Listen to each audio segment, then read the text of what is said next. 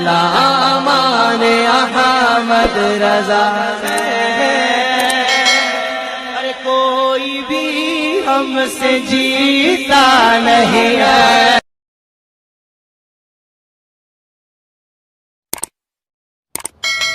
فاعوذ باللہ من الشیطان الرجیم، بسم اللہ الرحمن الرحیم۔ ومن یکسب فإنما یکسب علی نفسہ ومن یکسب اثما فإنما یکسب علی نفسہ وکان اللہ عزیزا حکیما۔ ومن یکسب خطیئة او اثما ثم یرم به بریئا فقد احتمل بہتانا و اثما مبینا۔ صدق اللہ العظیم۔ قابل قدر علماء ذوی الاحترام، سادات کرام، بالخصوص محب گرامی حضرت مولانا سید امین القادری صاحب، حاضرین و حاضرات و ناظرین، السلام علیکم ورحمۃ اللہ وبرکاتہ۔ میرے پیارے آقا صلی اللہ تعالی علیہ وسلم کے پیارے دیوانوں، سورہ نساء کی جس آیہ کریمہ کی تلاوت کا میں نے شرف حاصل کیا،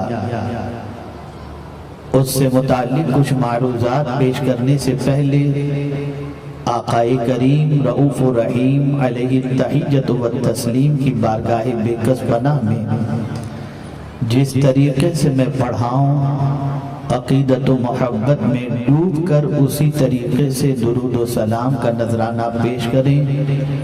الصلاۃ والسلام علیک یا رسول اللہ، الصلاۃ والسلام علیک یا حبیب اللہ، الصلاۃ والسلام علیک یا نبی اللہ، الصلاۃ والسلام علیک یا نور اللہ، وعلی آلک و اصحابک یا حبیب اللہ، صلی اللہ تعالی علیہ وسلم۔ میرے پیارے آقا صلی اللہ تعالی علیہ وسلم کے پیارے دیوانوں، اہل سنت و جماعت کا معمول ہے کہ اپنی گفتگو کا آغاز درود مبارکہ سے ہم کرتے ہیں اور ہماری محفل کا اختتام بھی درود مبارکہ پر ہوتا ہے۔ ہو سکتا ہے کسی کے ذہن میں یہ بات آئے کہ آخر درود شریف اتنا کیوں پڑھایا جاتا ہے؟ میرے پیارے آقا صلی اللہ تعالی علیہ وسلم کے پیارے دیوانوں، آج کا ماحول، آج کے حالات، آج کی سچویشن غموں سے بھری ہوئی ہے۔ دنیا میں کوئی بھی انسان ایسا نہیں جو غموں کی وادیوں سے گزر نہ رہا ہو، مرد ہو یا خواتین، مسلم ہو یا غیر مسلم، ہر ایک کی پوزیشن یہ ہے کہ غم اس کے دروازے پر دستک دے رہے ہیں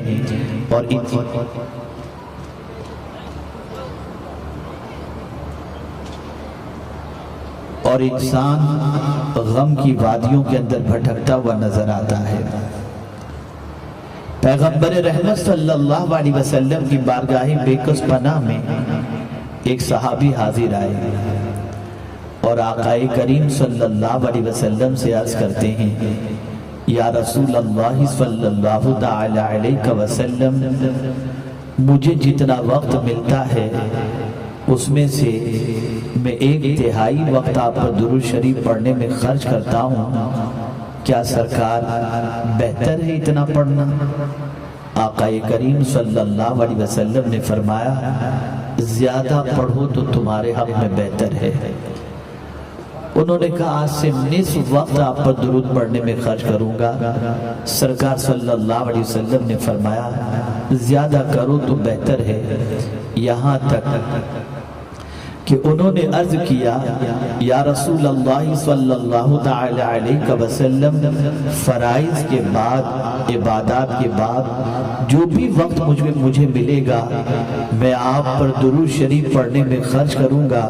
تو پیغمبر رحمت صلی اللہ علیہ وسلم نے فرمایا اگر تم ایسا کرو تو یہ درود تمہارے غم کے ازالے کے لیے کافی ہے، اگر تم ایسا کرو تو یہ پریشانیوں سے نجات کے لیے کافی ہے اور یہ آخرت کے عذاب سے بچنے کے لیے کافی ہے۔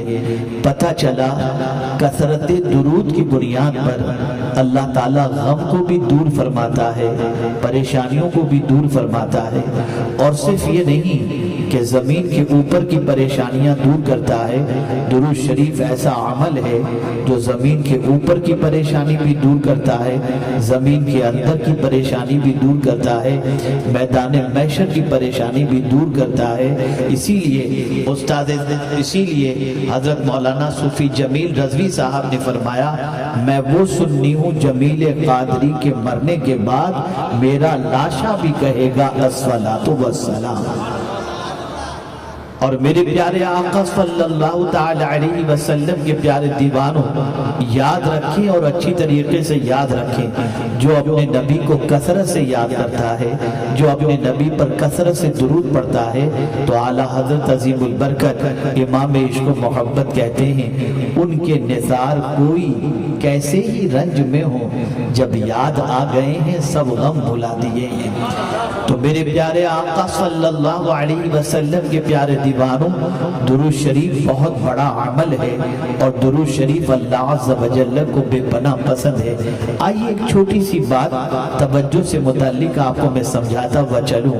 میرے پیارے آقا صلی اللہ علیہ وسلم کے پیارے دیوانوں، میں نے آپ کو درود پڑھایا، آپ نے درود پڑھا، آپ یہاں پر حاضر ہیں، ممکن ہے چہرہ آپ کا میری طرف ہو، چہرہ آپ کا سید صاحب کی طرف ہو، چہرہ آپ کا علماء کی طرف ہو، لیکن دھیان کہیں اور ہو، سوچ کہیں اور ہو اور توجہ کہیں اور ہو، تو ہوگا یہ کہ آپ سے جو بات کہی جائے گی وہ آپ کے کانوں تک نہیں پہنچے گی، آپ کے دل تک نہیں پہنچے گی، بلکہ وہ آپ کے کانوں سے ٹکرا کر باہر ہی رہ جائے گی، اس لیے کہ آپ سننے کے موڈ میں نہیں ہو، آپ کی توجہ اس طرف نہیں ہے۔ آپ جانتے ہیں توجہ کو اللہ اور اس کے رسول کے ذکر کی طرف رکھنا کیوں ضروری ہے؟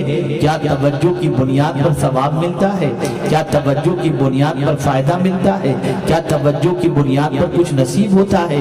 تو آئیے میں آپ کو سمجھاؤں، درود کو یوں ہی پڑھے تو بھی اللہ کے رسول کی بارگاہ میں پہنچ جاتا ہے، لیکن اگر کوئی شخص آقا کریم صلی اللہ علیہ وسلم پر درود حضور پر پوری طرح سے متوجہ ہو کر دل سے حضور صلی اللہ علیہ وسلم کی بارگاہ کے اندر مکمل انہماک کے ساتھ اگر درود پڑھتا ہے تو اس درود کو خود مصطفیٰ جان رحمت صلی اللہ علیہ وسلم سن لیا کرتے ہیں۔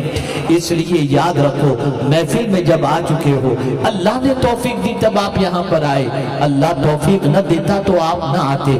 بہت سارے ایسے مسلمان اس وقت ہوں گے جو نہ جانے کہاں کہاں بیٹھے ہوں گے، کن کن محفلوں کے اندر ہوں گے، لیکن اللہ کا آپ پر مجھ پر خصوصی کرم ہے کہ اس نے کسی اور محفل میں نہیں اپنے ذکر کی محفل میں آنے کی توفیق عطا فرما دی، اپنے رسول صلی اللہ علیہ وسلم کے ذکر پاک کی محفل میں آنے کی اس نے توفیق عطا فرما دی۔ اب آئیے سماعت فرماتے ہوئے چلیں جس آیے کریمہ کی تلاوت کا میں نے شرف حاصل کیا۔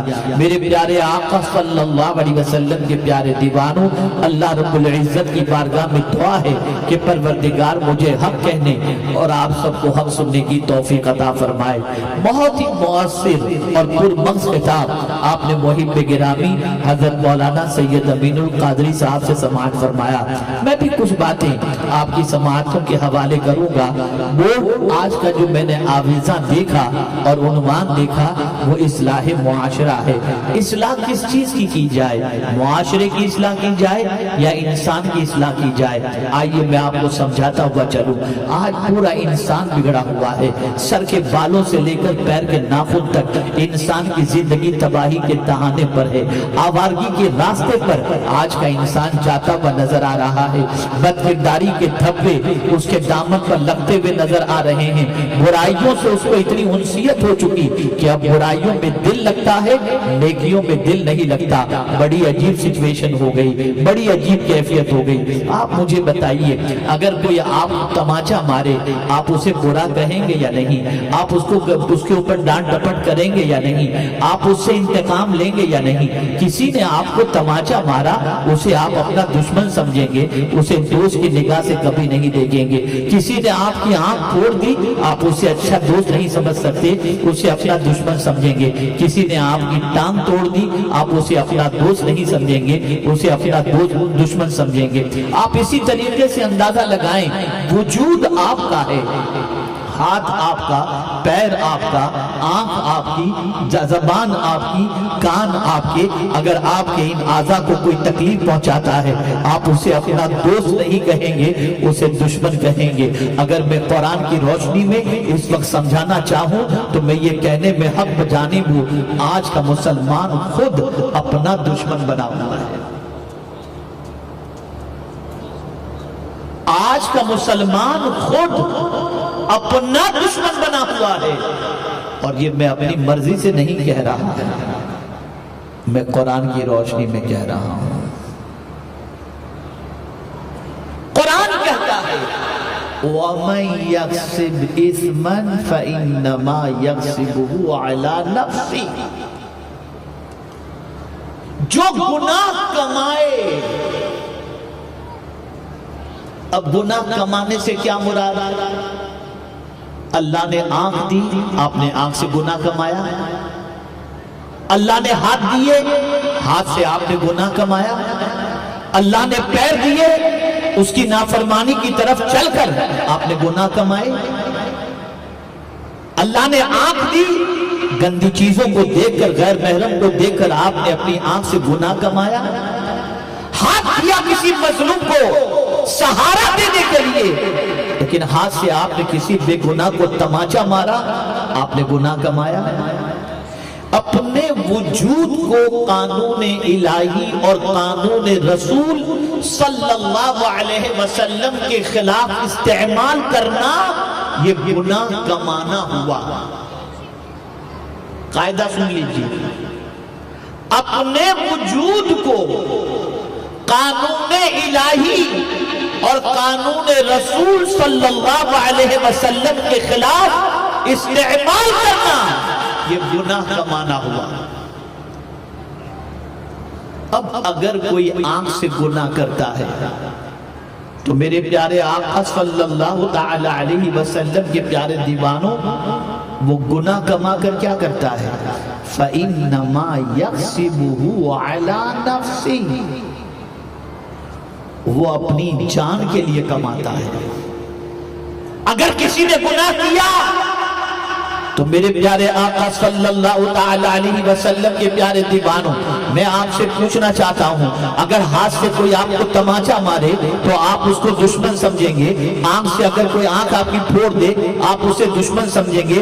لیکن اگر آج کا مسلمان اپنی آنکھوں سے گناہ کر کے اپنی آنکھوں کو عذاب میں گرفتار کر رہا ہے، اپنے ہاتھوں کو اللہ کے عذاب میں گرفتار کر رہا ہے، اپنے پیروں کو اللہ کے عذاب میں گرفتار کر رہا ہے، ظاہر سی بات ہے آقا کریم صلی اللہ علیہ وسلم نے ارشاد فرمایا، جو شخص اپنی آنکھوں سے گناہ کرتا ہے کل بروز قیامت اس کی آنکھوں میں جہنم کا پگھلایا ہوا سیسا جہنم کی سلاخیں اس کی آنکھوں میں ڈالی جائیں گی. کان سے اگر کوئی گانا سنتا ہے، گالیاں سنتا ہے، غزلیں سنتا ہے، بری باتیں سنتا ہے، غیبت سنتا ہے، سرکار صلی اللہ علیہ وسلم فرماتے ہیں اس کے کانوں میں جہنم کا پگھلایا ہوا سیسا ڈالا جائے گا. تو آپ تو گانا سنتے وقت بہت خوش ہوتے ہیں، کیا میوزک ہے، کیا آواز ہے، کیا شعر ہے. مرد بھی تھرکتے ہیں، عورتیں بھی. کبھی کبھی تو ایسا ہوتا ہے کہ گانے سن کر مرد بھی روتے ہیں، عورتیں بھی روتی ہیں. اور اس کا رواج اتنا بڑھ گیا کہ اب کوئی لمبا سفر ایسا نہیں جو بغیر گانے کے طے ہو سکے. گاڑی میں گانا لگا دو، ٹائم پاس ہو جائے گا. گھر میں گانے، گاڑی میں گانے، شادیوں میں گانے. آپ یہ سمجھ رہے ہو کہ آپ اچھا کام کر رہے ہو، آپ یہ سمجھ رہے ہو کہ آپ کو لذت مل رہی ہے، لیکن یہ لذت نہیں. آپ خود اپنے دشمنوں، اپنے لیے اللہ کے عذاب کو زبر اپنے اوپر لازم کر رہے ہو. ان گناہوں کی بنیاد پر اللہ رب العزت اپنے عذاب کے اندر گرفتار فرمائے گا. وَمَن يَكْسِبْ إِثْمًا فَإِنَّمَا يَكْسِبُهُ عَلَى نَفْسِهِ. ظاہر سی بات ہے، آج لوگ بے چین کیوں ہیں؟ آج لوگ بے قرار کیوں ہیں؟ وجہ سب سے بڑی یہ ہے کہ آج کا انسان گناہ میں ڈوب گیا، آج کا انسان بدکرداری میں ڈوب گیا، آج کا انسان برائیوں میں ڈوب گیا. کل تک جو گناہ کرنے کے لیے انسان ہچکچاتا تھا، آج وہ گناہ انسان کے معاشرے کے اندر ضرورت بن کر کے داخل ہو گیا. کل تک اگر کسی کی بیٹی کو کوئی نگاہ اٹھا کر دیکھے تو ماں اور باپ اس کی آنکھیں نکالنے کے لیے تیار ہو جاتے، اور آج کی مائیں اور باپ خود اپنے اپنی بچیوں کو بولتے ہیں کہ بیٹی دیکھنا، اگر کسی سے کوئی محبت وغیرہ کرنا ہو تو ذرا دیکھ لینا پیسے والا ہے یا نہیں، ورنہ تیری زندگی اور فیوچر برباد ہو جائے.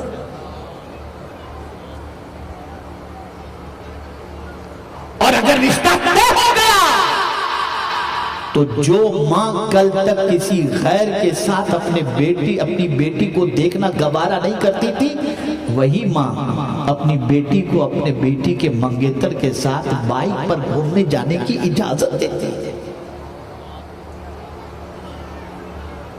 باتیں کرواتی ہے، رنگ سیریمنی ہوتی ہے، شادی سے پہلے ایک دوسرے کو انگوٹھی پہنا کر حرام کام کیا جاتا ہے. یہ سب وہ کام ہیں جس نے بے چین کر رکھا ہے. میں ایسے ہزاروں رشتوں کے بارے میں جانتا ہوں کہ منگنی کے بعد لڑکی کو آزادی دی گئی لڑکے سے ملنے کی، شادی کی تاریخ کے آنے سے پہلے روزانہ کی بات چیت کی وجہ سے جھگڑا ہوا، بچی نے کہہ دیا میرا اس کے ساتھ جب نہیں سکے گا، انڈرسٹینڈنگ نہیں ہے، ماں اب میں اس کے ساتھ شادی نہیں کروں گی. 6 مہینے 8 مہینے تک اس کے ساتھ گھومتی رہی، اور اس کے بعد بچی نے منع کر دیا یا لڑکے نے منع کر دیا، نتیجتاً رشتہ بریک ہوا. اب لڑکی انتظار کر رہی ہے کوئی ملے، لڑکا انتظار کر رہا ہے کہ کوئی ملے، اور دونوں کے بارے میں بدگمانیاں اور دونوں کی برائیاں مارکیٹ میں عام ہونی شروع ہو گئی. گناہ اتنے بڑھ گئے کہ غیرت کا جنازہ نکل چکا ہے. ماں بیٹھی ہوئی ہے، باپ بیٹھا ہوا ہے، بھائی بیٹھا ہوا ہے، بیٹا اور بیٹی بیٹھے ہوئے ہیں، سیریل دیکھے جا رہے ہیں، پکچر دیکھی جا رہی ہے، گندگی دیکھی جا رہی ہے. ایک زمانہ وہ تھا کہ بیٹا اور بہو ماں باپ کے سامنے بیٹھ کر بات کرنے میں شرماتے تھے کہ ہم ان کے سامنے کیسے بیٹھیں، اور آج پتہ نہیں کیا کیا ماں باپ کے سامنے لڑکا اور بہو ایک دوسرے کو پکارتے نظر آتے ہیں اور ماں باپ کہے لگاتے نظر آتے ہیں. کیا ہو گیا ہے ان کو؟ کہاں جا رہی ہماری قوم؟ وہ خاتون جنت جن کی کنیز ہونے کا دعویٰ آج کی مسلم عورتیں کرتی ہیں، جانتی ہو آپ؟ ارشاد فرماتی ہیں میں جب مر جاؤں تو میرا جنازہ بھی رات کے وقت لے کر نکلنا تاکہ کوئی غیر محرم میرے جنازے کو بھی نہ دیکھ سکے. آپ ذرا سوچو اور اندازہ لگاؤ. اور آج کی عورتوں کا حال یہ ہے، شوہر کے آنے کا وقت ہو تو سر پر بام لگا کر کے بیٹھیں گی، اور باہر کے خرید و فروخت کے لیے جانا ہو تو میک اپ کر کے نکلیں گی. جس کے لیے سجنا تھا اس کے لیے بیمار بن گئے، اور جن سے چھپنا تھا ان کے لیے تم منٹھن کر کے نکل رہی ہو. رشتے ٹوٹ رہے ہیں، اعتماد ختم ہو رہا ہے، آوارگی بڑھ رہی ہے، بدکرداریاں عام ہو رہی ہیں. اگر اس کا سد باب نہیں کیا گیا تو مجھے ڈر لگتا ہے کہ معاشرے میں شاید کوئی پاکیزہ لڑکی مل سکے یا پاکیزہ لڑکا مل سکے۔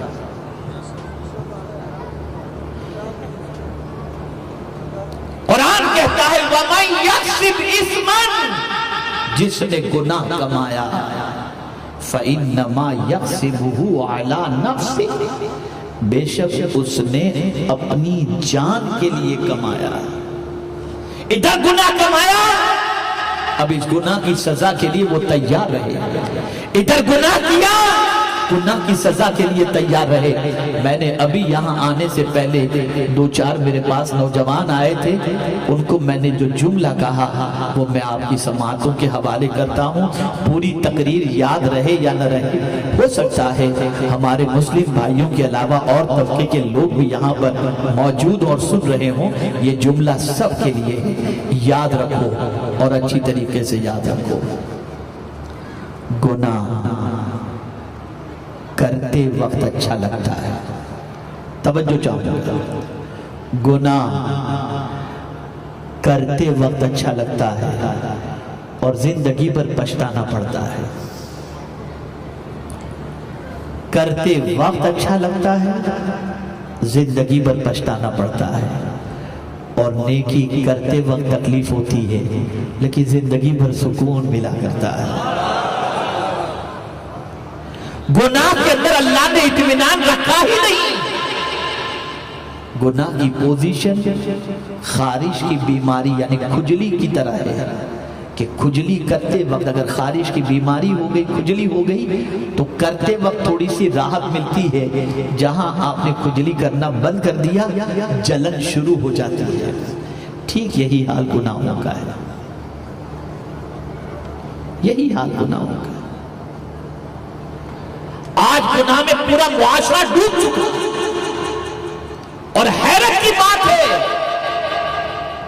کہ گناہوں کے پھیلاؤ کے سلسلے میں اس حد تک کوششیں کی جا رہی ہیں کہ دنیا میں کوئی نیک انسان رہ ہی نہ جائے۔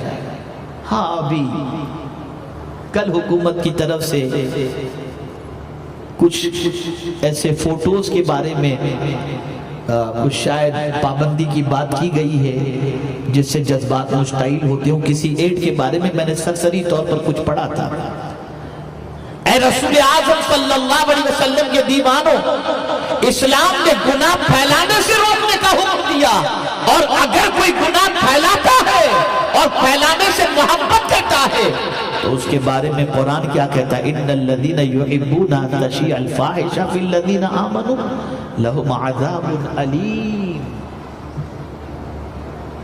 بے شک جو لوگ ایمان والوں میں بے حیائی پھیلانے کو پسند کرتے ہیں ان کے لیے ذلت والا عذاب ہے، ذلت والا عذاب۔ وہ لوگ جو گندی پکچروں کو پروموٹ کرتے ہیں، وہ لوگ جو آوارگی کو پھیلاتے ہیں، وہ لوگ جو برائیوں کے پھیلاؤ کے لیے اپنے آپ کو واسطے کر بیٹھے ہیں اور برائیوں کے ذریعے اپنے پیٹ کی آگ کو نہیں بلکہ محل تعمیر کرتے ہیں، ان کے لیے میں صرف ایک حدیث سناتا ہوں، صرف ایک حدیث، وہ بھی بخاری شریف کی ہے۔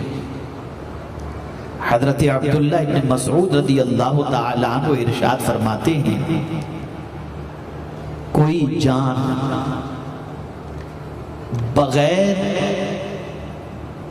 ظلمن کوئی جان ظلمن اگر قتل کی جائے، یعنی کسی جان کو ظلمن قتل کیا گیا، حضرت عبداللہ ابن مسعود رضی اللہ تعالیٰ عنہ فرماتے ہیں کہ آقا کریم صلی اللہ علیہ وسلم نے فرمایا جو جان ظلمن قتل کی گئی اس جان کے قتل کا گناہ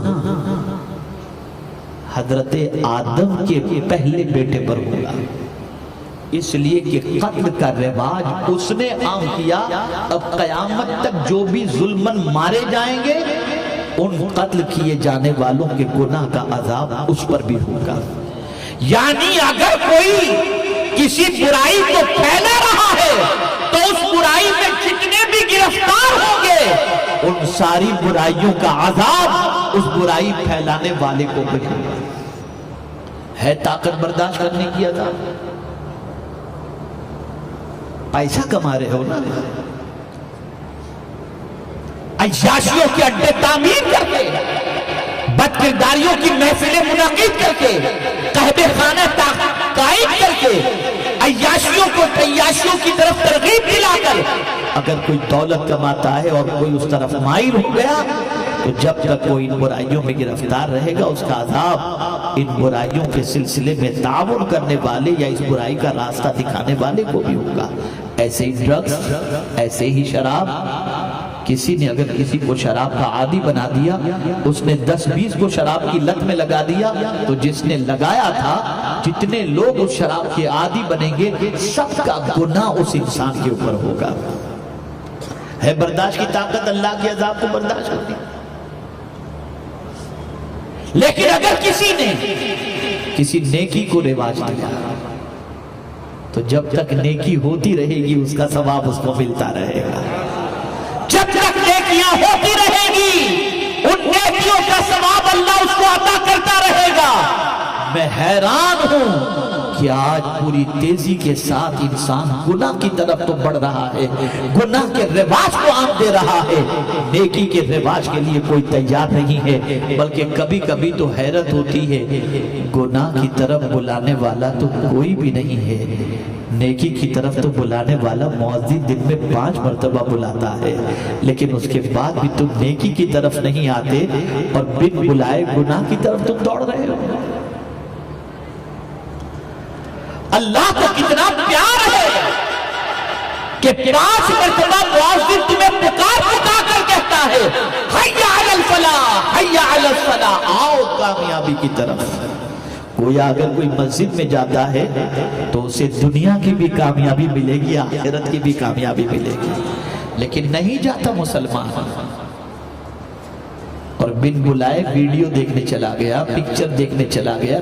اور کچھ لوگ تو ایسے ظالم ہیں جو یہ کہتے ہیں میں تو نئی پکچر تھیٹر میں لگتی ہے تو سب سے پہلے دن جا کر دیکھتا ہوں۔ ایک زمانہ تھا لوگ گناہ کے تصور سے کانپتے تھے، اور آج حال یہ ہو گیا گناہ کر کے نہیں ڈر رہے۔ ایک زمانہ تھا کہ گناہ کا خیال آتا تھا تو لوگوں کے وجود پر کب کبھی طاری ہو جاتی کہ اپنے رب کو کیا منہ دکھائیں گے۔ آئیے میں آپ کو سمجھاتا ہوا چلوں، سیدنا فاروق اعظم رضی اللہ تعالیٰ عنہ کے دور باغ میں بڑا خوبصورت ایک نوجوان تھا، نمازی تھا، مسجد آتا جاتا تھا، بڑا نیک، بڑا پارسا۔ راستے میں ایک گھر آتا تھا، کئی گھر آتے تھے لیکن ایک گھر ایسا تھا جس گھر میں ایک خاتون رہتی تھی جو اس نوجوان کو روزانہ آتے جاتے دیکھ کر اس عورت کے دل میں نوجوان کی محبت پیدا ہو گئی، اور محبت شعلہ بن گئی۔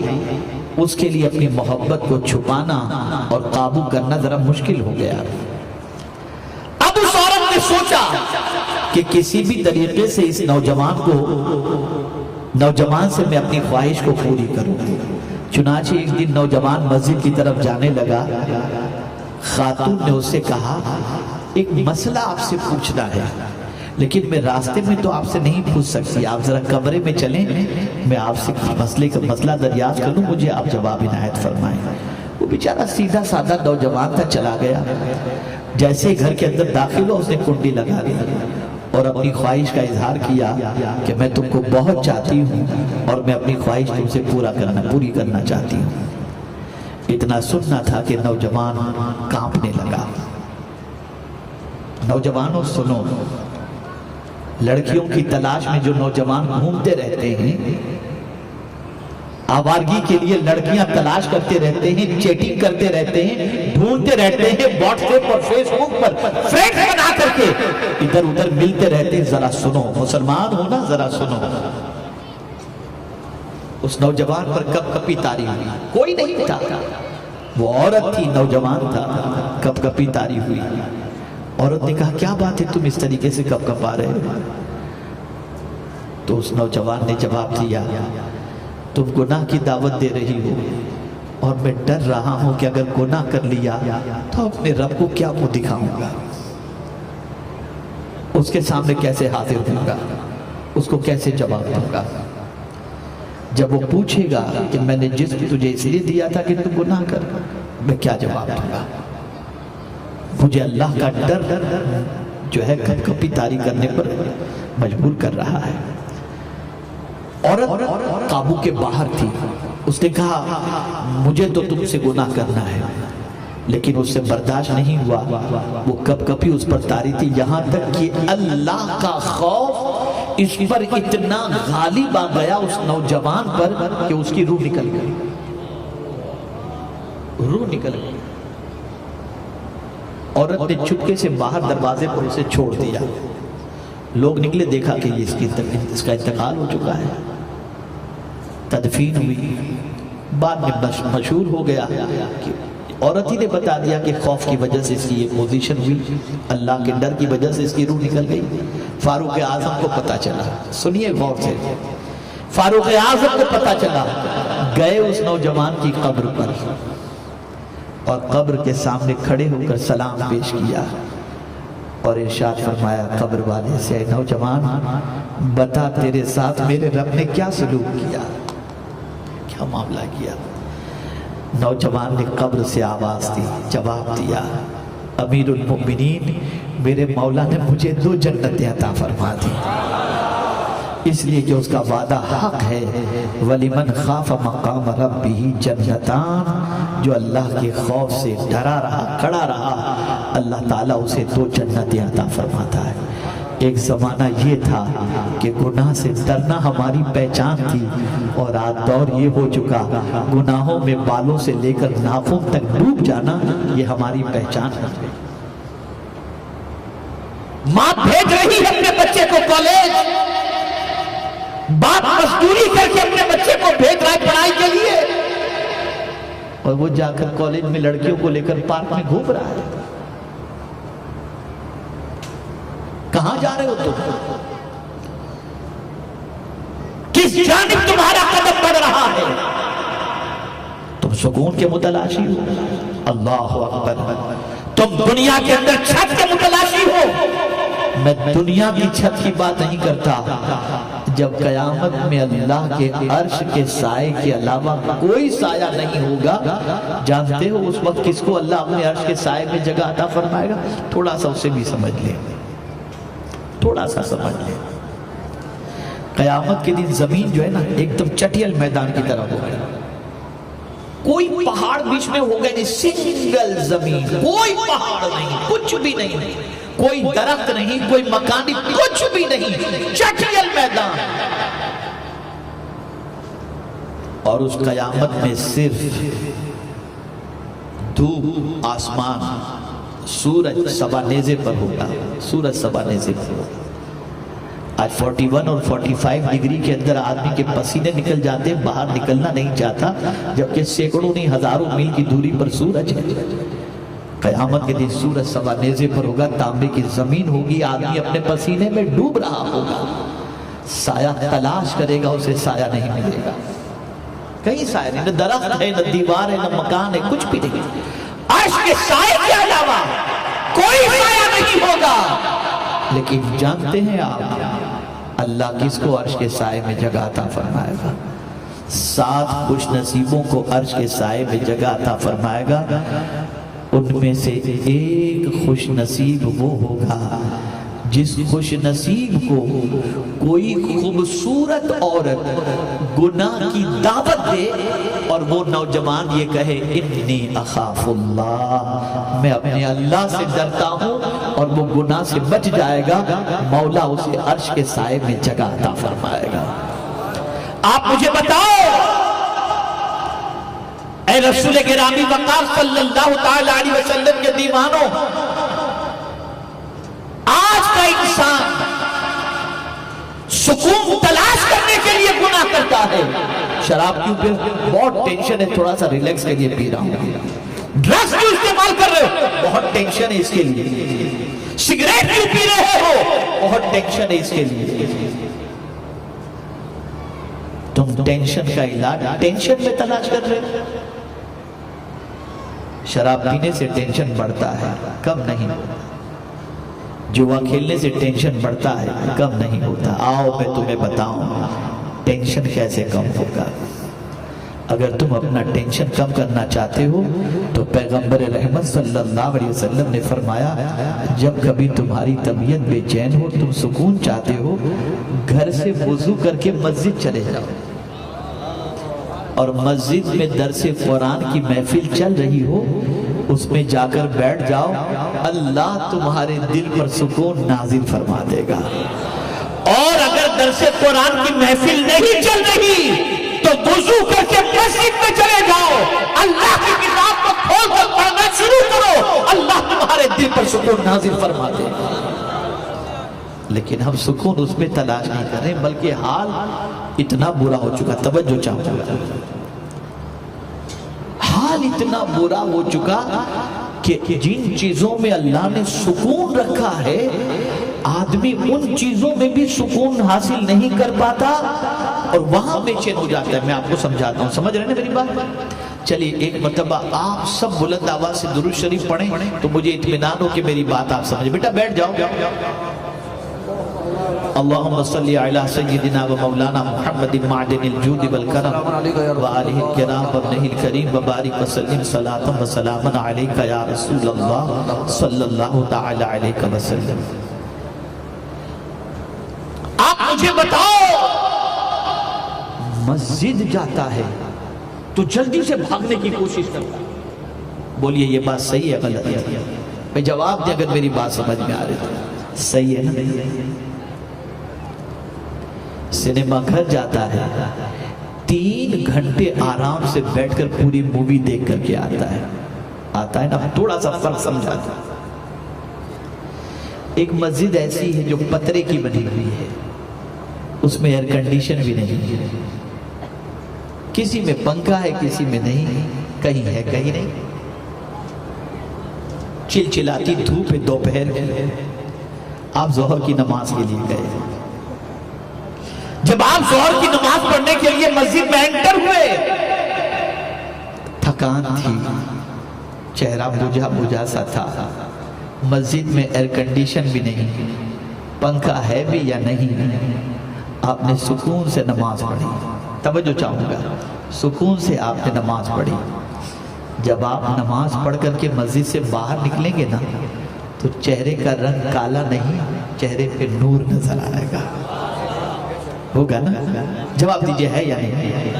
لیکن یہی بندہ تھیٹر کے اندر 3 گھنٹے بیٹھا، ایئر کنڈیشن بھی ہے، کھانے پینے کا سامان بھی ہے، لہو و لعب کا سامان بھی ہے، خدا کی قسم پوری ذمہ داری کے ساتھ عرض کرتا ہوں، 3 گھنٹے پکچر دیکھنے جانے سے پہلے جو اس کے چہرے کا رنگ تھا نا، پکچر دیکھ کر کے نکلے گا تو چہرے کا رنگ کالا ہو گیا ہوگا۔ ایئر کنڈیشن میں بیٹھنے کے بعد 3 گھنٹے گناہ کی وجہ سے چہرہ کالا ہو گیا، اور گرمی کے موسم میں پترے کی مسجد کے اندر جا کر نماز ادا کرنے کے بعد چہرے پر نور آ گیا۔ یہ کس نے عطا فرمایا؟ یہ پالنہار حقیقی نے عطا فرمایا۔ لیکن آج مسجد میں دل نہیں لگتا، جاتے ہیں تو بھاگتے ہیں، بھاگتے ہیں مسجد سے، خطبہ شروع ہو تب پہنچنا ہے اور سلام پھیرتے ہی بھاگو۔ صدیق اکبر رضی اللہ تعالیٰ عنہ فرماتے ہیں، جس کا دل اللہ کے گھر میں نہ لگے اس کو اپنے ایمان کا جائزہ لینا چاہیے، اس لیے کہ روئے زمین کی جنت مسجد ہے اور مسجد میں دل ایمان والے کا لگا کرتا ہے۔ قرآن سننے میں دل نہیں لگتا، کوئی قاری قرآن اچھا قرآن پڑھ رہا ہے، بلکہ آپ دیکھیں رمضان شریف کے اندر اچھے قرآن پڑھنے والے کے پیچھے کتنے مقتدی ہوتے ہیں، اور یعلمون تعلمون پڑھنے والے کے پیچھے کتنے مقتدی ہوتے ہیں۔ کہتے ہیں کہاں جلدی ختم ہوتی ہے تراویح، چلو وہاں چلو، کہاں صحیح پڑھا جاتا ہے وہاں نہیں، بلکہ امام صاحب اگر نماز کے اندر قرأت لمبی کرتے ہیں تو ٹرسٹی کے پاس شکایت پہنچ جاتی ہے، بھائی ذرا امام صاحب سے کہو تھوڑی چھوٹی نماز پڑھائیں۔ یہ حال ہو چکا ہے، اور گانے اتنا سننے کا شوق کہ پہلے تو ایئر فون لگایا کرتے تھے، اب ایئرپورٹ آ گئے، پتہ ہی نہیں چلتا سن رہا ہے سنا رہا ہے کیا کر رہا ہے، دونوں چیزیں ہوتی ہیں نا اس سے، لگا ہوا ہے جا رہے ہیں، چلتے چلتے گانا سن رہے ہیں، بیٹھے بیٹھے گانا سن رہے ہیں۔ میں پوچھنا چاہتا ہوں کہ گناہوں کے شوق نے اور گناہوں کے دلدل میں ڈوب جانے نے ہمیں اتنا تباہ کر دیا کہ آج ہماری زندگی سے سکون ختم ہو چکا۔ میں ایک بات عرض کروں گا میرے نوجوان بھائیوں بچوں، میں دیکھ رہا ہوں ایک بڑی تعداد نوجوانوں کی ہے، سن لو، ابھی آپ کو گناہ بہت اچھا لگتا ہوگا، ابھی لڑکیوں سے چیٹنگ اچھی لگ رہی ہوگی، ابھی کسی سے مسکرانے سے بات کرنے پر اچھا لگتا ہوگا، لیکن جانتے ہیں میں آپ کو ایک زندگی کا میرا اپنا واقعہ بتاؤں۔ میرے ایک دوست، ان کی بھی داڑھی کے بال سفید ہو گئے، لیکن بیٹے کے قدم تھوڑے سے ڈگمگائے ہوئے تھے، تو مجھ سے انہوں نے کہا یار ذرا میرے بیٹے کو سمجھاؤ تم۔ میں نے ان کے بیٹے کے پیچھے محنت شروع کی، سمجھاتا رہا، فون پر سمجھاتا رہا، کبھی ملاقات میں سمجھاتا رہا۔ بیٹا سمجھ گیا کہ میرے باپ نے لگا دیا ان کو پیچھے۔ ایک دن اس کے باپ نے مجھ سے کہا کہ حضرت میں گزارش کرتا ہوں اب میرے بیٹے کو مت سمجھانا، توجہ چاہوں گا جوانوں غور سے سنو۔ وہ باپ کہہ رہا ہے کہ میرے بیٹے کو نہ سمجھانا،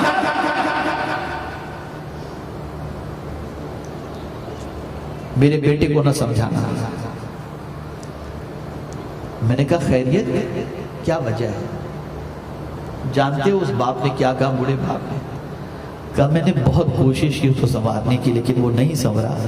حضرت میں کیا بتاؤں، ایک دن جب میں نے اس پر شدت کی کہ بیٹے یہ آوارگی اچھی چیز نہیں ہے، بیٹا چھوڑ دو، تو میرے ہی بیٹے نے مجھ سے کہا ابا بڑھاپے میں مجھے گناہ چھوڑنے کی بات کرتے ہو، آپ جوان تھے تو کیا کرتے تھے؟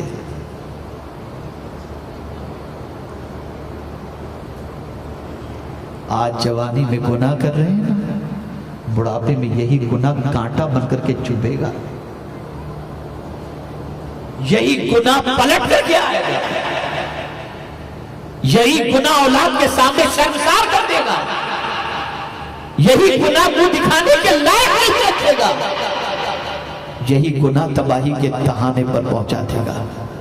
بچیاں بھی اپنی ماں سے ایسا کہتی نظر آئیں گی اور بیٹے بھی اپنے باپ سے اس قسم کی باتیں کرتے نظر آئیں گے۔ ڈرو گناہ سے، بچو۔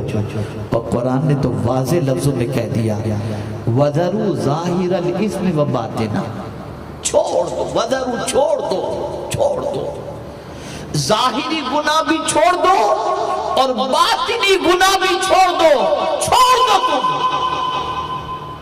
اس لیے کہ گناہ کی طرف جو تم کو ابھارتا ہے وہ کون ہے؟ ان الشیطان لکم عدو فاتخذوہ عدوا، شیطان تمہارا دشمن ہے، تم بھی اس سے دشمنی کرو۔ جب کبھی شیطان تمہیں گناہ کی طرف بلائے تم تیری نہیں مانوں گا، میں اپنے رب کی مانوں گا، اس سے دشمنی کرو۔ پڑھو اللہ پڑھو اعوذ باللہ من الشیطان الرجیم، بھگاؤ اسے۔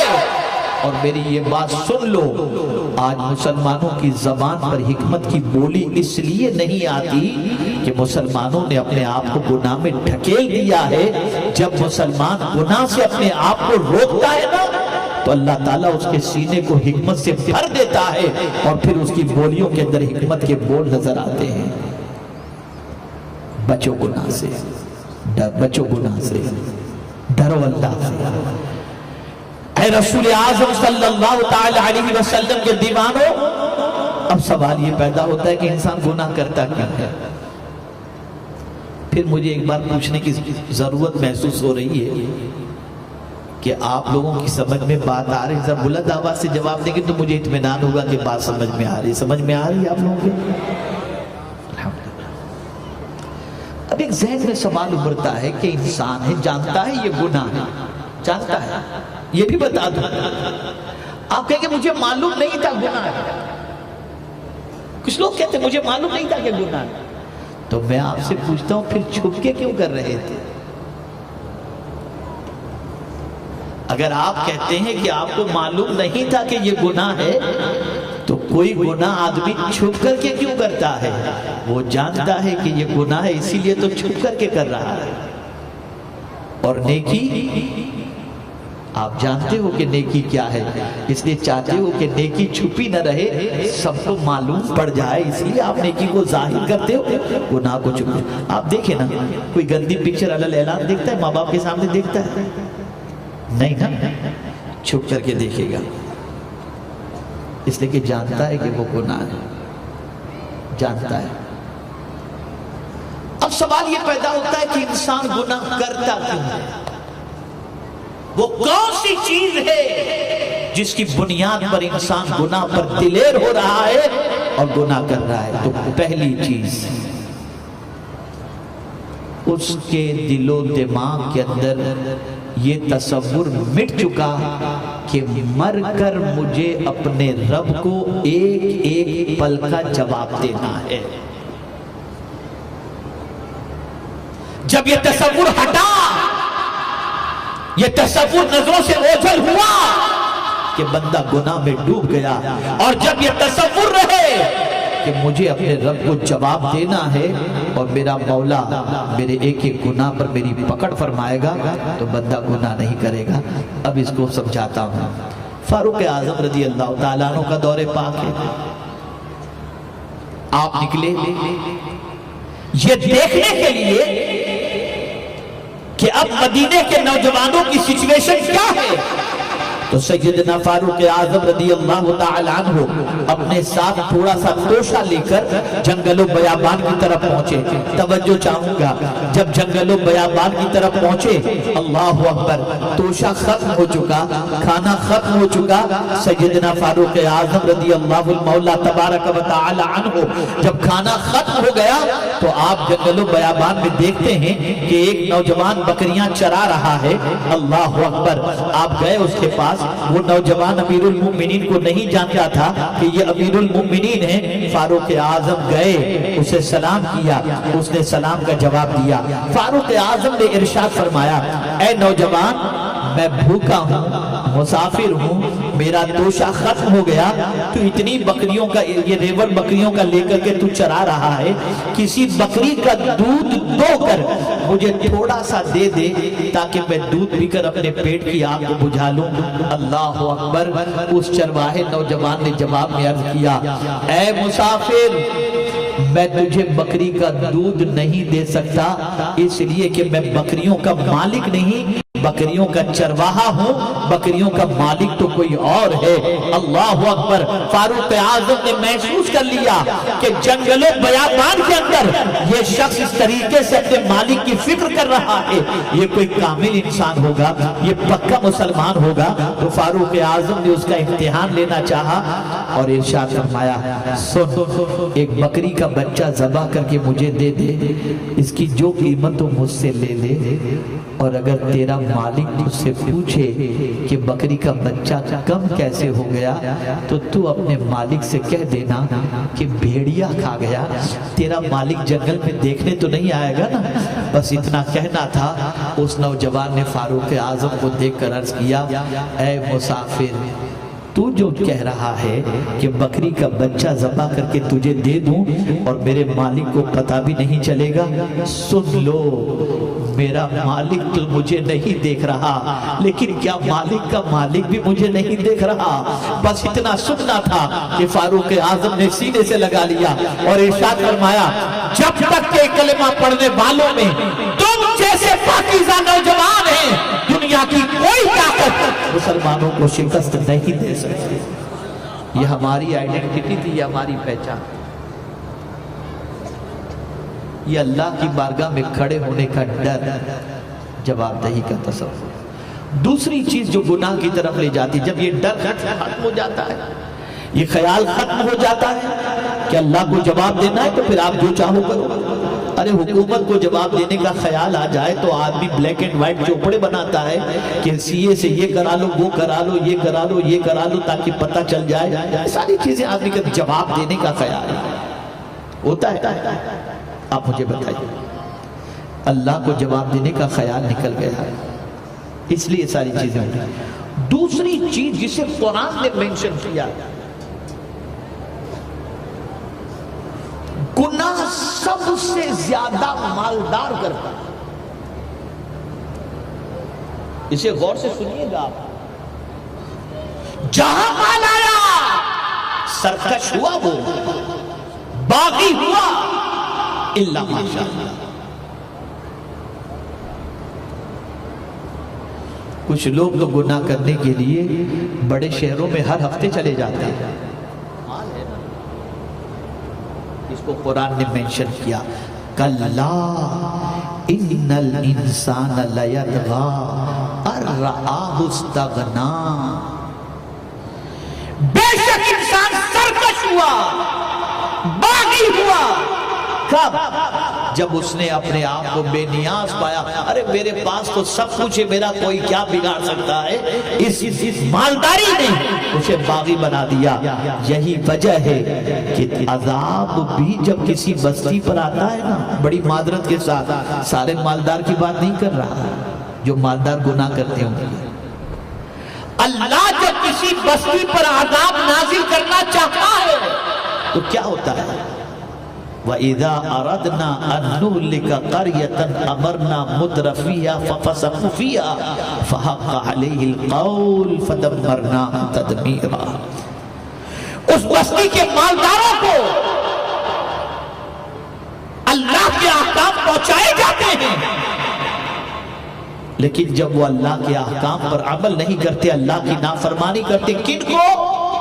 انُهْلِكَ قَرْيَةً، کسی بستی کو اللہ ہلاک کرنا چاہتا ہے تو اس بستی کے مالداروں کو اللہ تعالیٰ اپنا حکم پہنچاتا ہے، لیکن اس حکم پر جب عمل نہیں ہوتا تو پھر اللہ تعالیٰ اس بستی پر اپنا عذاب مسلط کر دیتا ہے. اسی لیے آپ دیکھیں ہمارے اتنے علماء بیٹھے ہیں، مبلغین بیٹھے ہیں، کسی مالدار سے اگر کہہ دیا جائے کہ تم شادی کے اندر ڈھول باجے گاجے کیوں لگاتے ہو؟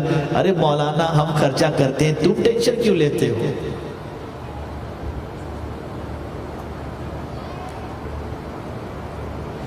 یہ حال ہو چکا ہے.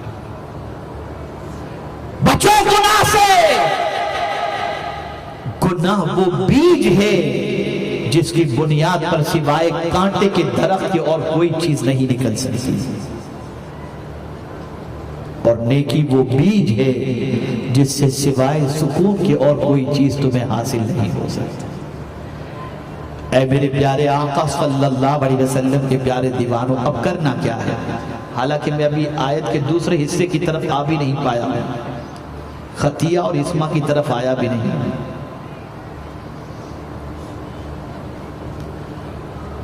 انشاءاللہ پھر کبھی اس پر، لیکن مختصر عرض کر دوں. اب گناہ ہو چکے، آج تک بہت کر لی ہے. اب آدمی کو شرمندگی ہو رہی، یار اب میرا کیا ہوگا. کبھی ایسا ہوتا ہے کہ انسان گناہ کرتا ہے نا، اور جب بہت گناہ کر لیتا ہے، بولا اب اتنے کر ہی لیا ہوں اور میری پہچانی گنہگار کی طرح ہو گئی، تو اب سدھروں گا تب بھی لوگ مجھے اچھا نہیں کہیں گے. یہ شیطانی سوچ ہے، یہ شیطانی وسوسہ ہے. جس دن آپ نے گناہ سے توبہ کر لی اور اللہ کے راستے پر چلنے کا ارادہ کر لیا، سنیے جو میں عرض کرنے جا رہا ہوں، لفظ پر غور کیجئے گا. آپ نے ارادہ کر لیا، آپ کو عزت ملنی شروع ہو جائے گی. مثال کے طور پر آپ کے محلے کے اندر اتنے ائمہ حضرات موجود ہیں، ان ائمہ مساجد میں سے کسی امام کے قریب یعنی مسجد کے قریب ایک نوجوان کوئی رہتا ہے، تو جمعہ پڑھنے کے لیے آتا ہے. توجہ چاہوں گا، جمعہ پڑھنے کے لیے آتا ہے، روز 5 وقتہ نماز میں نہیں آتا، اور کچھ عادتیں بھی تھوڑی سی بگڑی ہوئی ہیں. اچانک ایک دن امام صاحب کے پاس آ کر کہتا ہے، امام صاحب میں انشاءاللہ فلاں تاریخ کو حج کے لیے جا رہا ہوں. گیا نہیں حج کے لیے، میرا حج کمیٹی میں نمبر لگ گیا، میں حج کے لیے جا رہا ہوں. وہ امام جو اس بندے کے بارے میں جانتا ہے کہ جمعہ پڑھتا ہے، وہ امام جو اس بندے کے بارے میں جانتا ہے کہ یہ گناہ بھی کرتا ہے، لیکن جیسے ہی اس نے کہہ دیا فلاں تاریخ کو حج کے لیے جا رہا ہوں، تو امام صاحب اس گنہگار سے کہتے ہیں بھائی مجھے بھی ذرا دعا میں یاد رکھنا، مجھے بھی ذرا دعا میں یاد رکھنا۔ مکہ نہیں پہنچا، مدینہ نہیں پہنچا، لیکن وہاں جانے کا ارادہ کر لیا تو اللہ نے عزت عطا فرما دی۔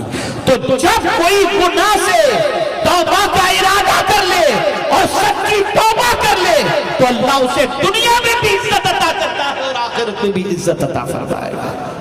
توبہ کر لو، پلٹ آؤ اپنے رب کی طرف، اپنی آئیڈینٹی بناؤ، اپنی پہچان بناؤ، اپنی شناخت بناؤ کہ آج سے ہم گناہ نہیں کریں گے، آج سے ظلم و زیادتی نہیں کریں گے، آج سے پاپ کے دروازے پر دستک نہیں دیں گے۔ سن لو، آج اگر کوئی پریشان ہوتا ہے تو ابھیان کی وجہ سے نہیں پریشان ہوتا، ابھیمان کی وجہ سے پریشان ہوتا۔ آپ کوئی بھی ابھیان چلاؤ، لیکن اگر ابھیمان آ گیا تو یہ میرا جملہ یاد رکھیے گا، اللہ کفر کو تو کسی حد تک گوارا کر لیتا ہے، ظلم کو گوارا نہیں کرتا۔ کافروں کو روزی روٹی دے رہا ہے نا، کھانا پانی دے رہا ہے۔ مراد اس سے یہ ہے کہ یعنی وہ کافر کو روزی روٹی سب کچھ دے دے گا، لیکن ظالم کو وہ نہیں چھوڑے گا۔ اس کا مطلب یہ نہیں کہ معاذ اللہ وہ کفر کو پسند کرتا ہے، استغفر اللہ ربی من کل ذنب واتوب، یہ کہنا مقصد نہیں ہے۔ کفر کو ڈیل دیتا ہے لیکن ظالم کو نہیں، ظالم کی پکڑ ہوتی ہے، اس لیے کہ وہ کافروں کا بھی رب ہے، وہ مسلمانوں کا بھی رب ہے، وہ سارے انسانوں کا رب ہے۔ اسے دو چیزیں بالکل ناپسند ہیں، اور ان دو چیزوں کو بالکل ناپسند کرتے ہوئے وہ ان دو چیزوں میں گرفتار لوگوں کو تھوڑی سی مہلت دے کر بعد میں جب گرفت فرماتا ہے تو ایسی سخت گرفت ہوتی ہے کہ پھر کوئی دنیا کی طاقت نہیں بچا سکتی۔ ایک ظلم ہے اور ایک تکبر ہے، اس لیے یاد رکھو ان چیزوں سے اپنے آپ کو بچائے رکھو، گناہ سے اپنے آپ کو بچائے رکھو، اپنے وجود پر بھی ظلم نہ کرو اور کسی پر بھی ظلم نہ کرو، کسی پر بھی زیادتی نہ کرو، اور اسی طریقے سے تمہیں بہت کچھ مل جائے زندگی میں کبھی تکبر نہ کرنا، گھمنڈ نہ کرنا، اکڑنا نہیں۔ میرے پاس تو سب کچھ ہے، میرا کوئی کیا بگاڑ سکتا ہے؟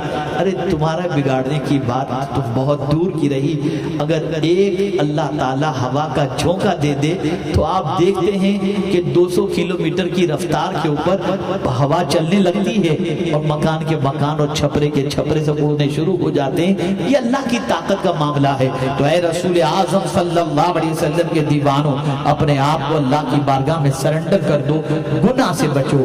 جب کبھی گناہ کے لیے طبیعت چاہے اور گناہ کی طرف نفس مرغل آئے، فوراً سوچ لینا شیطان تمہیں بہکا رہا ہے اور رحمان تمہیں دیکھ رہا ہے۔ انشاءاللہ العظیم گناہ سے بچ جاؤ گے، گناہ سے رکو گے، اللہ تمہارے دل کو سکون کی دولت سے مالا مال فرما دے گا۔ میرے پیارے آقا صلی اللہ علیہ وسلم کے پیارے دیوانوں، اس لیے اس بات کو ذہن کے اندر رکھیں، نہ ظاہر میں گناہ کرو، نہ باطن میں گناہ کرو، نہ تنہائی میں گناہ کرو، نہ مجمع میں گناہ کرو۔ کوئی دیکھ رہا ہو یا نہ دیکھ رہا ہو، مالک حقیقی تمہیں دیکھ رہا ہے۔ زندگی رہی تو پھر کبھی اس موضوع پر انشاءاللہ مزید باتیں آپ کی سماعتوں کے حوالے کی جائیں گی۔ دوران گفتگو اگر کوئی لغزش ہو گئی ہو تو اللہ کی بارگاہ میں توبہ کرتا ہوں، استغفر اللہ ربی من کل ذنب واتوب الیہ، لا الہ الا اللہ محمد رسول اللہ صلی اللہ تعالی علیہ وسلم، وما علینا الا البلاغ المبین۔ اور نیک بننا ہے تو اس کے لیے ماحول کی ضرورت ہوتی ہے۔ آپ سنی دعوت اسلامی کے ماحول سے وابستہ ہوں، ہمارے حافظ عبدالعلیم صاحب سے رابطہ کریں، اور ماحول سے وابستہ ہوں، انشاءاللہ آپ کی زندگی میں نخات پیدا ہوگا۔ السلام علیکم ورحمۃ اللہ وبرکاتہ۔ ماشاءاللہ میں چاہ رہا تھا کہ خواتین کے واقعات، میری بہنیں بھی اس کتاب کو اپنے بچوں کو یا بھائی کو یا شوہر کو بھیج کر مکتبہ طیبہ سے حاصل کریں، اور تحفہ نکاح، عورتیں اپنے شوہر کا حق نہیں جانتی اور شوہر اپنی عورت کا حق نہیں جانتا، اور بھی بہت سارے مسائل عورتیں میاں بیوی کے درمیان کے ہیں، اس کے متعلق یہ تحفہ نکاح کتاب ہندی میں موجود ہے، اسے بھی لے کر کے جائیں، اور گلدستہ سیرت النبی صلی اللہ علیہ وسلم، اپنے پیارے آقا صلی اللہ علیہ وسلم کے بارے میں واقفیت حاصل کرنے کرنے کے لیے آپ ان کتابوں کو خریدیں. اب میری آخری بات سن لیجیے. میں تو تھوڑا سا جلال میں آ جاتا ہوں، جیسے بھی بچے کو میں بیٹا معاف کرنا مجھے، آپ نے تھوڑا سا غصہ کیا، میں تھوڑا سا بچے پر جلال میں آ جاتا ہوں، بڑوں پہ جلال میں آ جاتا ہوں. یہ میری ایک عادت ہے کہ میں جب تقریر کرتا ہوں تو مجھے ڈسٹرب نہیں چاہیے. دیکھیے آپ دیکھتے ہوں کہ آپریشن تھیٹر میں کتنا شانت ماحول ہوتا ہے نا. کوئی سرجن کو ڈسٹرب کرتا ہوتا ہے، سرجن کہتا ہے کینچی ہے نا، یہ ہوتا ہے. تو ہم یہاں آپریشن کرنے کے لیے آتے ہیں. اب کوئی یہاں سے اٹھ رہا ہے، کوئی وہاں سے چلا رہا ہے، تو پھر آپریشن فیل ہو جائے گا. اور دوسری چیز کہ پڑھا لکھا طبقہ اپنا پرایا سب سوچتا ہوگا یہ کیسے مسلمان، ان کو کوئی تمیز ہی نہیں ہے. مجھے پتا چلا سید صاحب جب آ رہے تھے یہاں تو بڑی مشکل سے یہاں تک پہنچے. اب یہ سختی نہیں کرتے، لوگ نوچ لیتے ہیں، کوئی کپڑا پھاڑ لیتا ہے، کوئی کیا کر لیتا ہے. اور میں تو ایک دم سخت آدمی ہوں، اور سختی صرف اس لیے کرتا ہوں کہ دوسروں تک ہمارا پکچر غلط نہ پہنچے. یہ بے ادب لوگ ہیں، ان کو تمیز نہیں ہے. آپ مجھے بتائیے، میں اسٹیج پر آیا، جیسے ہی وہاں پر میں تھا وہاں پہلے سے بھیڑ جمع تھا، سب کو پہلے ہٹایا خود، پھر پیچھے ٹولہ آنے لگا، ان کو روکا. میں نے کہا میں اور مفتی صاحب ہم دونوں چلے جائیں گے. کسی کو پتہ ہی نہیں چلا کون آ رہا ہے، خاموشی سے آ گئے. اللہ اور اس کے رسول کا ذکر بھی جاری رہا اور کوئی ڈسٹرب بھی نہیں ہوا، اور خاموشی سے ہم آ گئے.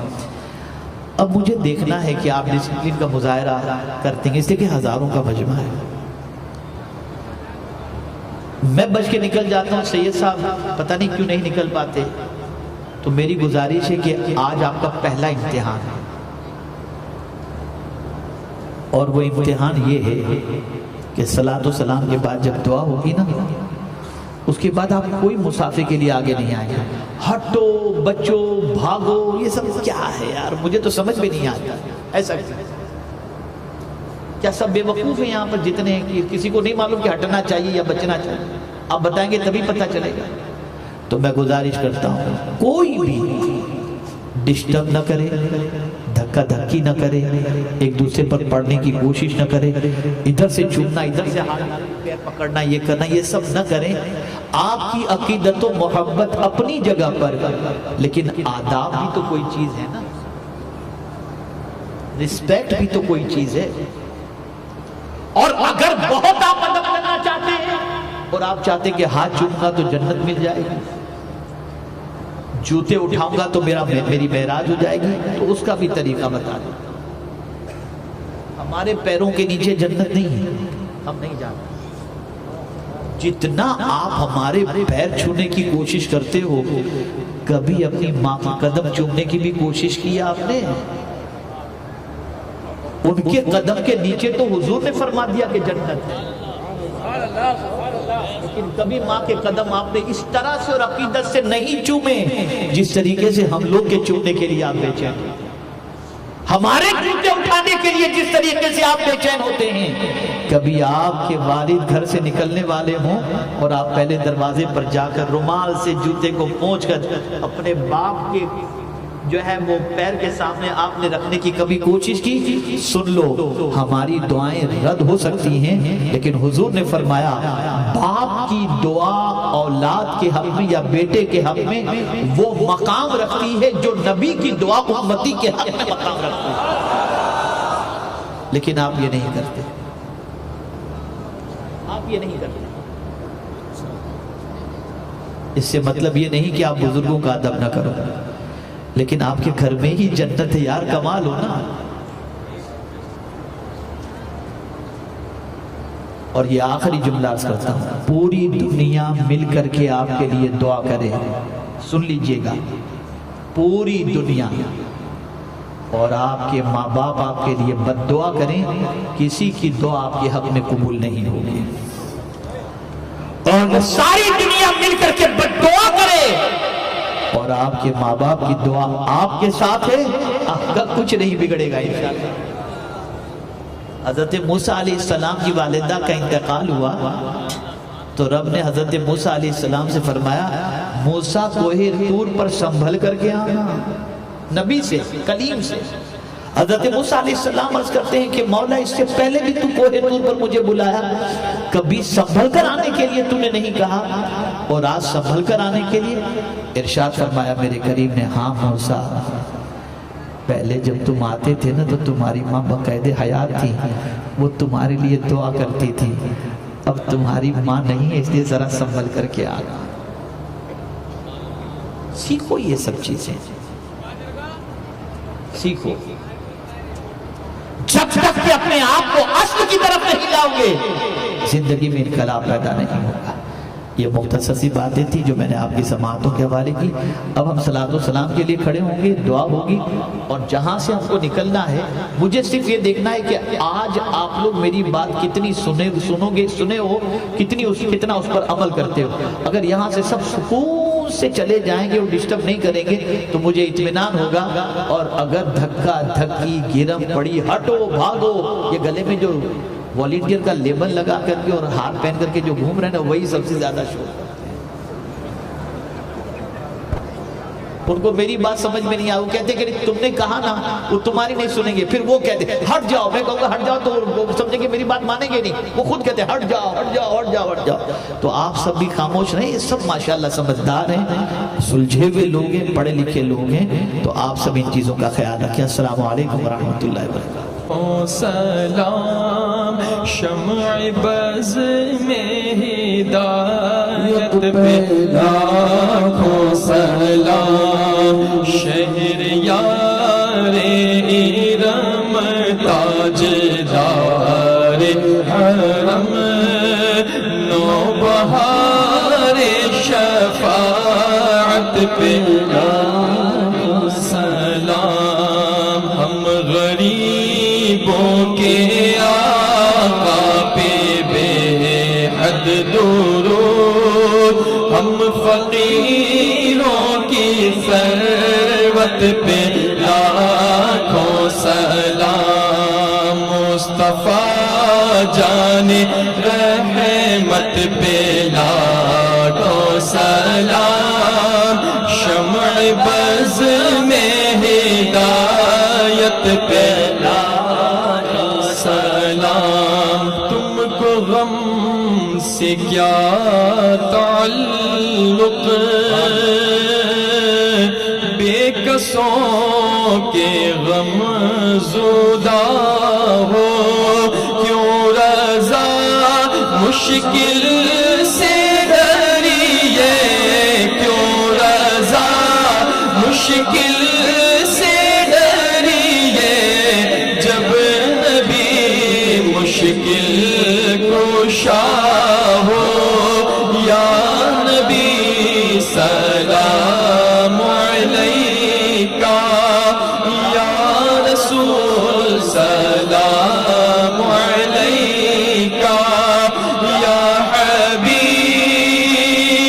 سلام علیکہ، صلوات اللہ علیکہ، السلام اے سمیع۔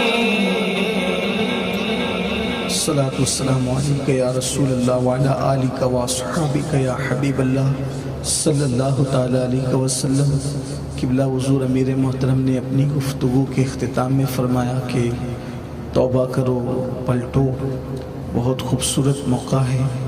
یہ ایام حرمت والے مہینے حج کے ایام ہیں، ان دنوں توبہ قبول ہوتی ہے، لیکن توبہ کا ایک طریقہ یہ بھی ہے کہ کسی صاحب اجازت، بزرگوں سے اجازت یافتہ صاحب سلسلہ کے ہاتھ پر مرید ہونے کی شکل میں توبہ کی جائے۔ اس کی بے شمار برکتیں ہیں، اور وہ بھی اگر سلسلہ قادریہ میسر ہو تو پھر سونے پر سہاگا ہے۔ قبلہ امیر محترم سلسلہ قادریہ برکاتیہ نوریہ کے شیخ طریقت بھی ہیں، تو جو لوگ مرید ہونا چاہتے ہیں، جو مائیں اور بہنیں بھی تو وہ غوث پاک کے سلسلے میں مرید ہونے کا شرف حاصل کر سکتے ہیں، اور انشاءاللہ پھر دعا کے بعد حضرت تشریف لے جائیں گے۔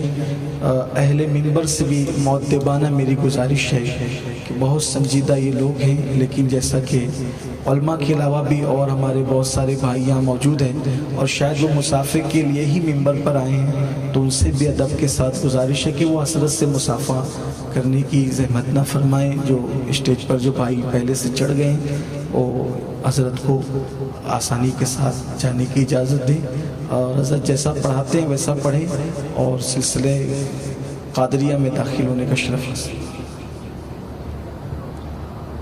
جیسا پڑھاتا ہوں اس طریقے سے پڑھ لیں۔ بسم اللہ الرحمن الرحیم۔ استغفر اللہ ربی من کل ذنب واتوب الیہ۔ توبہ کرتے ہیں پچھلے سارے گناہوں سے، آج کے بعد ہر گناہ سے بچنے کی کوشش کریں گے۔ ہر فرض و واجب اور سنت ان کے وقتوں پر ادا کرنے کی کوشش کریں گے۔ ہم سلسلہ قادریہ نوریہ برکاتیہ میں داخل ہوتے ہیں۔ اے اللہ ہمیں غوث پاک کے غلاموں میں قبول فرما، قیامت کے دن ان کے ساتھ حشر فرما۔ الحمدللہ رب العالمین والصلاة والسلام علی سید الانبیاء والمرسلین وعلی آلہ واصحابہ الطیبین الطاہرین۔ اللہم انک عفو کریم تحب العفو فاعف عنا۔ اللهم إنا نسألك العفو والعافية والمعافاة الدائمة في الدين والدنيا والآخرة والفوز بالجنة والنجاة من النار يا عزيز يا غفار يا رب العالمين۔ درد دل کر مجھے عطا یا رب،